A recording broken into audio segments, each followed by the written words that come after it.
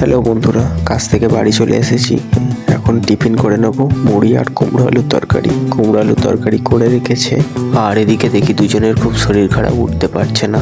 বললো কিছু খাইনি, ভালো লাগছে না। আমি ভাবলাম আমি দুটো মুড়ি খাইয়ে দিই, করে 2-1 গাল মুড়ি খাইয়ে দিলাম। দুজনকে নিয়ে যাব ডাক্তারখানায়, দুজনেরই খুব শরীর খারাপ, আমারও শরীর খারাপ। দুজনকে মুড়ি খাইয়ে দিয়ে আমিও 2 গাল মুড়ি খেয়ে যাচ্ছি ডাক্তারখানায়। মিষ্টিকে তুলে টেস্টটা করিয়ে নিয়ে যাচ্ছি ডাক্তারখানায়। আর এদিকে মিষ্টির মাও রেডি হয়ে গেছে।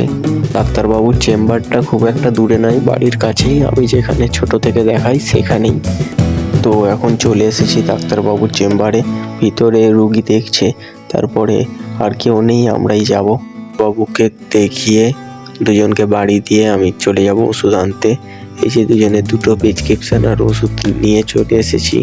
এই কয়েক রকম ওষুধ দিয়েছে। আর এই যে দেখো দুজনে দুটো প্রেসক্রিপশন, একটা ঋতসী পাল, একটা অর্পিতা পাল। আর আমি আমার জন্য দেখাইনি, আজকের দিনটা দেখি, ঠিক না হলে পরের দিন দেখাবো। তো যাই হোক, তোমরা সুস্থ থেকো, ভালো থেকো, টাটা।